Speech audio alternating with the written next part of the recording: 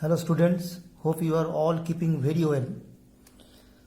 আজকে আমি যে ভিডিওটা তোমাদের জন্য করতে চলেছি সেটা মূলত ক্লাস 7-এর ওয়েস্ট বেঙ্গল বোর্ডে যারা ছাত্রছাত্রী আছে, স্টুডেন্টস আছে তাদের জন্য। তো আজকের ভিডিওতে আমি আলোচনা করে দেবো এই আগস্ট মাসে ওয়েস্ট বেঙ্গল বোর্ড যে মডেল অ্যাক্টিভিটি টাস্ক ইংলিশে তোমাদের ইস্যু করে দিয়েছে তার আনসার কীভাবে লিখতে হবে উইথ এক্সপ্লেনেশন আমি আজকের এই ভিডিওতে আলোচনা করে দেবো। তো তাহলে ভিডিওটা শুরু করা যাক। এইখানে যে প্যাসেজটা তোমাদের দিয়েছে, read the following passage and answer the questions given below, এই প্যাসেজটা আমাদের দেওয়া হয়েছে uncle Podger hangs a picture by Jerome K Jerome, lesson 5 থেকে। ওকে, তো শুরু করার আগে আমি আগে প্যাসেজটাকে একবার রিডিং পড়ে দিচ্ছি এবং মানেটাও বলে দিচ্ছি যাতে তোমাদের কোশ্চেন আনসারগুলো সলভ করতে সুবিধা হয়। তার আগে আমি এখানে একটু লিখে দিই August 2021 part 5। Okay, we would find a hammer for him and then he would have lost sight of the mark he had made on the wall where the nail was to go in. অর্থাৎ কি বলছে, আমরা we would find the hammer for him, ultimately him মানে এখানে uncle পজারকেও যাচ্ছে, uncle পজারের জন্য যে হ্যামারটা ওরা খুঁজতো, হাতুড়িটা, সেটা ওরা খুঁজে পেত। And then he would have lost sight of the mark he had made on the wall. তার তখন কি হতো না, আঙ্কেল পজার দেয়ালের ওপর যে মার্কটা, যে চিহ্নটা তৈরি করেছিল সেটা সে হারিয়ে ফেলত। কোন চিহ্নটা না, where the nail was to go in, যেখানে পেরেকটা পোঁতা হবে। Okay, each of us had to get up on the chair beside him. অর্থাৎ তার ফলে কী হতো, আমাদের প্রত্যেককে হ্যাড টু গেট আপ মানে আমাদেরকে উঠতে হতো, আমরা উঠতাম চেয়ারের ওপরে তার পাশে। And see if we could find it, এবং দেখতাম যে আমরা যদি খুঁজে পাই কোথায় চিহ্নটা করেছে। We would each discover it in a new place and he would call us all fools. আমরা তখন প্রত্যেকে কী হয়, ডিফারেন্ট প্লেসে প্রত্যেকে একটা একটা করে মার্ক খুঁজে পেতাম। তার ফলে তিনি তখন আমাদেরকে কি বলতেন, সকলকে বলতেন তোরা সব বোকার দল। Trying to reach a point 3 inches beyond what was possible for him to reach, the string would slip and down he would slide onto the piano. মানে কি না, সে তখন যখন চেষ্টা করতো, ট্রাইং টু রিচ, পৌঁছতে চেষ্টা করতো, to a reach a point 3 inches beyond, অর্থাৎ 3 ইঞ্চির যে পয়েন্টটা তার থেকে ঊর্ধ্বে, তার থেকে দূরে যখন সে পৌঁছতে চেষ্টা করতো, what was possible for him to rich মানে যেটা তার পক্ষে সম্ভব ছিল পৌঁছানো, অর্থাৎ 3 ইঞ্চি অবধি হয়তো সে হয়তো হাতটা নিয়ে এগিয়ে যেতে পারত। এবার 3 ইঞ্চির ঊর্ধ্বে যখন সে হাতটা তুলতো দেয়ালের ওপরে ওঠাতো, তখন কী হতো, দ্য স্ট্রিং উড স্লিপ, অর্থাৎ সেই দড়িটা তখন ফসকে পড়ে যেত। And down he would slide on to the piano, এবং তারপরে সেও কী হতো, হয়তো দড়িটাকে ধরতে যেত, সেও হড়কে পিয়ানোর ওপর পড়ে যেত।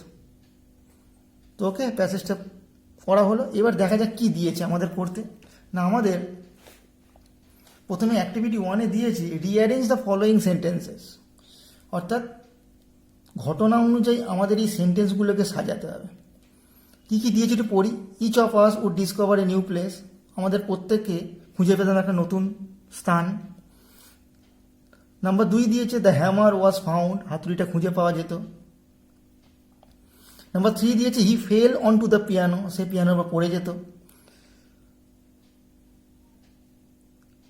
নাম্বার 4 দিয়েছে every one has to get up on the chair beside him, যে আমরা প্রত্যেকে তার পাশে চেয়ারে উঠতাম।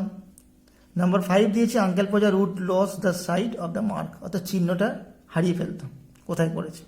তাহলে এখানে 1 নম্বর কোনটা হবে না, এখানে দেখো প্রথমে বাক্য আছে we would find the hammer for him, তার মানে দ্য হ্যামার ওয়াজ ফাউন্ড, এটা 1 নম্বর হবে। তার মানে 2-এরটা 1, 2 নম্বরেরটা 1 হবে। ঠিক আছে, নেক্সট নাম্বার 2 কোনটা হবে, এই পাঁচেরটা দেখ, uncle Podger would lose the sight of the mark, এই যে লেখা আছে he would have lose the sight of the mark, তার মানে uncle Podger would lose the sight of the mark, এটা হচ্ছে নাম্বার 2 পাঁচেরটা। নাম্বার 3 কোনটা হবে? নাম্বার 4এরটা হবে, every one has to get up on the chair beside him, দেখো এখানে আছে each of us had to get up on the chair beside him, okay, তার মানে 4এরটা এটা 3 হবে। নেক্সট নাম্বার 4এরটা কী হবে? একেরটা নাম্বার 4 হবে, each of us would discover a new place, দেখো এখানে আছে we would each discover in a new place, okay, তার মানে এটা 4 নম্বর হবে। আর লাস্টে সে পিয়ানো পড়ে যেত, he fell on to the piano, এটা 5 নম্বর হবে। তাহলে এই আমাদের সাজানো হয়ে গেল। নেক্সট অ্যাক্টিভিটি 2-এ আমাদের কিছু কোশ্চেন দিয়েছে, সেগুলো আনসার করতে হবে। প্রথমে দিয়েছে হোয়াই ওয়াজ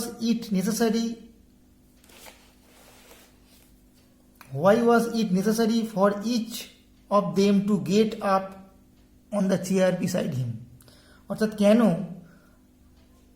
তাদের সকলের প্রয়োজন হয়ে পড়েছিল আঙ্কেল পোজারের পাশে চেয়ারে ওঠার, তারা কেন আঙ্কেল পোজারের যে চেয়ারে ছিল সেই চেয়ারে সবাই মিলে উঠেছিল কেন? না, এখানে আনসারটা তোমাকে দিতে হবে।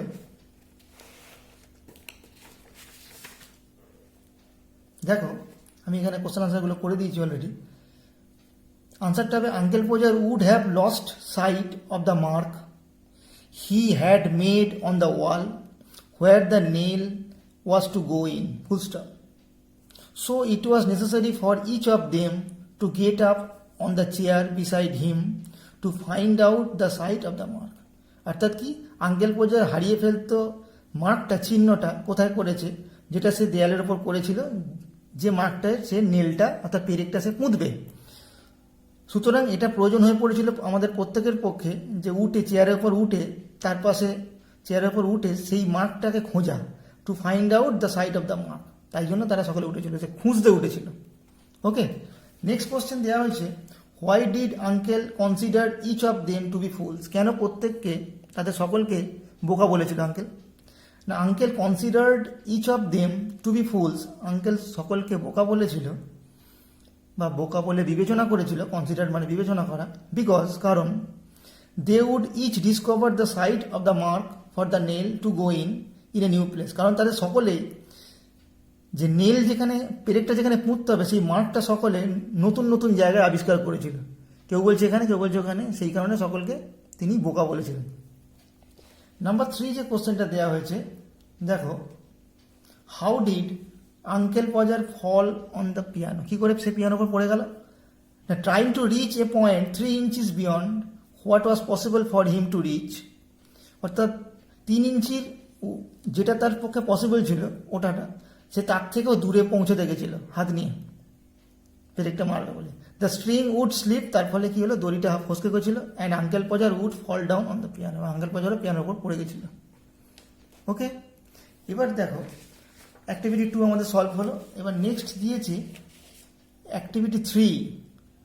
অ্যাক্টিভিটি 3-তে গ্রামার পোর্শন দেওয়া আছে, বলা হয়েছে underline the nominal compounds in the following sentences. তার আগে এটা সলভ করার আগে আমরা জানবো নমিনাল কম্পাউন্ড ব্যাপারটা কি। নমিনাল কম্পাউন্ড হচ্ছে, কম্পাউন্ড মানে হচ্ছে যুক্ত ওয়ার্ড, যেটা অর্থাৎ 2 বা 3টে ওয়ার্ড পরপর বসে পাশাপাশি বসে একটা নতুন মানে তৈরি করে। সেটা নাউন প্লাস নাউন হতে পারে, সেটা অ্যাডজেক্টিভ প্লাস নাউন হতে পারে, ভার্ব প্লাস নাউন হতে পারে, বা নাউন প্লাস ভার্ব হতে পারে, এরকম। যেমন ধরো যদি আমি বলি যে বাস স্টপ, তাহলে দেখো বাসটা নাউন, স্টপটা হচ্ছে ভার্ব। ওকে, যেমন ধরো আমি বললাম হয়তো ডাইনিং রুম, দেখো ডাইনিংটা এখানে অ্যাডজেক্টিভের মতো কাজ করছে, রুমটা নাউন, এগুলো হচ্ছে নমিনাল কম্পাউন্ড। তো এখানে সেই নমিনাল কম্পাউন্ডগুলো তোমাকে দাগ মারতে বলেছে। প্রথম বাক্যটা পড়ছি, দেখো সিন্স ইট ইজ রেইনিং, যেহেতু বৃষ্টি হচ্ছে, you should wear a raincoat, তোমার উচিত পরা একটা রেনকোট। তার মানে দেখো এখানে রেনকোট যে কথাটা আছে এটা নমিনাল কম্পাউন্ড, কারণ রেন একটা নাউন, কোট একটা নাউন, দুটো কম্বাইন করে রেনকোট করা হয়েছে, এটা nominal compound. Okay, next number B, do you know how to use the washing machine, তুমি কি জানো কীভাবে ওয়াশিং মেশিন ইউজ করতে হয়? তাহলে দেখো ওয়াশিং একটা ওয়ার্ড, মেশিন একটা ওয়ার্ড, এই দুটো যোগ হয়ে ওয়াশিং মেশিন তৈরি করেছে, এটা একটা কম্পাউন্ড ওয়ার্ড, এটাকে বলে নমিনাল কম্পাউন্ড। নেক্সট দেখো number C, never waste drinking water, কখনোই পানীয় জল অপচয় করো না। তার মানে এখানে ড্রিঙ্কিং ওয়াটারটা মাথায় রাখবে, ড্রিঙ্কিং ওয়াটারটা হচ্ছে এখানে নমিনাল কম্পাউন্ড। ড্রিঙ্কিং একটা ওয়ার্ড, ওয়াটার একটা ওয়ার্ড নিয়ে ড্রিঙ্কিং ওয়াটারটা তৈরি হয়েছে। Number 4, there is not a single oil lamp in our area, আমাদের এরিয়াতে একটাও অয়েল ল্যাম্প নেই। ঠিক আছে, এখানে তাহলে নমিনাল কম্পাউন্ড কোনটা? Oil lamp. অয়েল এবং ল্যাম্প এই দুটো কথা কম্বাইন করে অয়েল ল্যাম্প তৈরি হয়েছে, এটা nominal compound. Okay, next number 4, activity 4, write the summary of the given passage. একটা প্যাসেজ দিয়েছে, সেখানে সামারিটা আমাদের তৈরি করতে হবে। তো এটা লেখার আগে ফার্স্ট আমাদের জানতে হবে যে সামারি ব্যাপারটা কি না। সামারি হচ্ছে সংক্ষিপ্ত একটা বক্তব্য, অর্থাৎ সামারি যে শর্ট স্টেটমেন্ট যাকে আমরা বলি। It gives only the main points of something, কোনো কিছুর একটা মেন পয়েন্ট এতে দেওয়া হয়। সামারি জানবে যতটা প্যাসেজ দিয়ে দেবে তার হাফ, অর্থাৎ যদি ধরো 100 ওয়ার্ডের মধ্যে থাকে, তোমাকে 50 ওয়ার্ডের মধ্যে লিখতে হবে। তাহলে সামারি লিখতে গেলে আমাদের কী কী পয়েন্ট মনে রাখতে হবে না, প্রথমে প্যাসেজটাকে ভালো করে পড়বো, প্যাসেজের যা ইম্পর্টেন্ট পয়েন্টসগুলো আছে সেগুলো একটু প্রথমে আন্ডারলাইন করে নেবো, এবং যেগুলো অপ্রয়োজনীয় জিনিস সেগুলোকে বাদ দিয়ে দেবো। কোনো বড় বাক্য ধরো সেখানে ব্যবহার করবো না, ছোট বাক্য লিখবো। আমরা অ্যাভয়েড করবো এক্সাম্পল, কোনো যদি উদাহরণ থাকে, কোনো কম্পারিজন, তুলনা, কোটেশন, এগুলো লিখবো না। ওকে, প্রয়োজনীয় অংশটা রেখে প্রয়োজনীয় অংশটা যথাযথভাবে নিজের ভাষায় লিখবো। ওকে, তো এবার দেখো এখানে দিয়েছে যেটা, দ্য কনস্টেবল কেম, কনস্টেবল এলেন, he took me by the hand and pushed me out, তিনি আমার হাত ধরলেন এবং আমাকে ঠেলে বার করে দিলেন। My luggage was also taken out, my luggage was also taken out, আমার লাগেজগুলোকেও বার করে দেওয়া হলো। I refused to go to the other compartment and the train streamed away, কিন্তু আমি যেতে চাইলাম না অন্য কম্পার্টমেন্টে এবং ট্রেনটা ছেড়ে দিল। স্ট্রিমড অ্যাওয়ে মানে ট্রেনটা যে বাঁশি দেয়, যে ধোঁয়া ছাড়ে, ধোঁয়া ছাড়তে শুরু করলো। I went and sat in the waiting room, আমি ওয়েটিং রুমে গিয়ে বসলাম। Keeping my handbag with me, আমার সঙ্গে আমার হ্যান্ডব্যাগটা আমি সঙ্গে নিয়ে গিয়েই ওখানে বসলাম। লিভিং দ্য আদার লাগেজ হোয়ার ইট ওয়াজ, আদার লাগেজটা যেখানে ছিল সেখানে রেখেই আমি ওয়েটিং রুমে গিয়ে শুধু আমার হ্যান্ডব্যাগটা নিয়ে গিয়ে বসলাম। The railway authorities had taken charge of it, তার ফলে কী হলো, যেহেতু লাগেজগুলো সরাইনি তাই জন্য রেলওয়ে অথরিটি এর জন্য চার্জ নিল আমার থেকে। ওকে, তাহলে এই প্যাসেজটা আমি কীভাবে এটা সামারি করবো দেখো। তাহলে এটা আমি লিখতে পারি, দ্য কনস্টেবল বাই ফোর্স, জোর করে, পুশড দ্য ন্যারেটার আউট। কেন ন্যারেটার লিখলাম, এখানে আই দেওয়া আছে, আমি মানে বক্তা, তার ওই জন্য লিখলাম ন্যারেটার, বক্তা। তাহলে the constable by force pushed the narrator out of the compartment, জোর করে বার করে দিল, অ্যালং উইথ হিজ লাগেজ, তার লাগেজটা সমেত। But the narrator refuse to change, কিন্তু ন্যারেটার চেঞ্জ করতে চাইল না, প্রত্যাখ্যান করলো।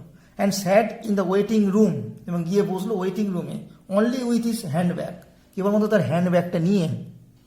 The railway authority took charge for the other luggage, তার ফলে কী হলো, রেলওয়ে অথরিটি চার্জ নিল কার, আদার লাগেজের ওপরে, যেটা সে অন্য জায়গায় রেখেছিল। ওকে, এটা হলো ওই প্যাসেজটা সামারি। তো আশা করি আজকের ভিডিওতে যে আমি যে আলোচনাটা করলাম তোমরা বুঝতে পেরেছো। আর যদি বুঝে থাকো, ভালো লেগে থাকে, তাহলে একটা লাইক করো, যদি কিছু কমেন্ট করার থাকে করো। যারা আজকে নতুন এই ভিডিওটা দেখলে তাদের অনুরোধ, তারা চ্যানেলটাকে সাবস্ক্রাইব করে রেখো, বেল বাটনটাকে প্রেস করে দিও, যাতে আগামী দিনে আমি যা যা ভিডিও দেবো, সে লিটারেচারের হোক কি গ্রামারের ওপর হোক, যাতে তোমরা সহজেই পেতে পারো এবং তোমাদের উপকারে লাগে। ওকে, থ্যাংক ইউ।